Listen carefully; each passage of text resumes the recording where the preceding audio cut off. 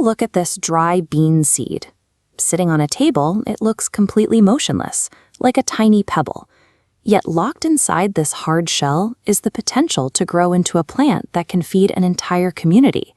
The question is, what actually wakes it up? People typically assume that burying a seed in the dirt is the absolute first requirement for it to grow. After all, that is where we see plants thriving. But soil is not actually the trigger that starts the growth process. We can test this by setting up an investigation with 4 cups. Cup A contains a seed with water, air, and warmth. Cup B is completely dry. Cup C is full of boiled water covered in oil, which blocks out the oxygen. And Cup D has water and air, but is placed inside a freezing cold refrigerator. After a few days, only the seed in Cup A sprouts. The seeds missing water, oxygen, or warmth fail to germinate. Moisture, oxygen, and a suitable temperature are the specific environmental triggers that spark a seed into life. The soil provides structural support and minerals later, after the waking process has already begun. Once those 3 external conditions are met, water penetrates the seed, setting off a rapid biological response inside. The very first layer to react is the seed coat, or testa.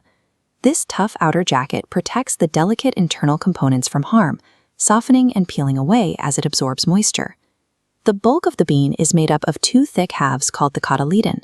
Before the young plant can make its own food, these halves act as a concentrated reserve of nutrients that feeds the sprout during its critical first days. Tucked safely between those food stores is the embryo. This is the actual baby plant, complete with a tiny root called the radicle and a tiny shoot called the plumule, ready to push upward toward the sun. A dry seed is a fully equipped survival capsule, maintaining a state of suspended animation until the exact moment it receives the signals to deploy. Once the seedling matures, it organizes into 2 distinct zones, divided by the soil line, the root system underground and shoot system above. The roots anchor the plant against wind and rain, simultaneously sucking up water and minerals to supply the organism. In many plants, these taproots are also used for heavy storage.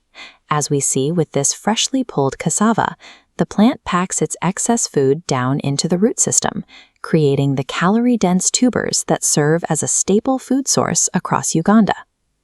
Above ground, the plant stem provides the rigid vertical architecture needed to hold the leaves up to the light.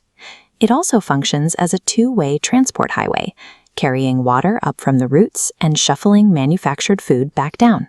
Every piece of this hidden underground architecture and vertical piping exists to hydrate and support the biological activity happening at the top of the plant. Leaves act as the plant's primary, active food manufacturing centers. Through the process of photosynthesis, the leaf draws in carbon dioxide from the air and water from the stem. By trapping energy from sunlight, the leaves convert these raw elements into energy-rich starch, releasing clean oxygen back into the atmosphere as a byproduct. Once the plant has secured its energy needs, it produces flowers with brightly colored petals. These are deliberate tools designed to catch the attention of passing insects, ensuring pollination. After pollination is complete, the flower petals fall away and the central structure swells into a mature fruit. Inside that fruit are the brand new seeds, completing the life cycle. From roots to petals, a mature plant operates as an automated, efficient solar factory. It pulls raw elements from the earth and the sky and converts them into the physical matter that sustains other life. Looking across the Ugandan landscape, the immense scale of agricultural activity shows just how much work these biological processes perform for the community. On a dietary level, crops like this maize provide the carbohydrates necessary for daily energy. Beans and groundnuts deliver proteins, while local greens offer vital vitamins. Beyond the kitchen, plants provide the raw materials for traditional and modern medicine. Local species like the neem tree and mulando are harvested daily to treat sickness and manage health in Ugandan communities. Then there is the commercial harvest. Cash crops like these coffee cherries are cultivated for their financial value. A successful harvest provides the income farmers need to pay school fees and purchase household goods. The successful biological deployment of a single seed directly supports the economic stability and the physical health of the local population. We also rely on the rigid stems of larger plants.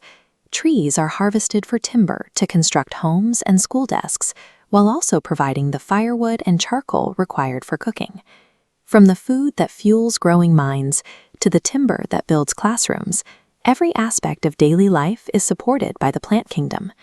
Caring for these gardens secures the resources that the next generation relies on to thrive. By managing plant health and growth, we continue to secure the food, medicine, and materials that Ugandan families rely on. To learn more about agricultural science, visit the Yaka Digital Network.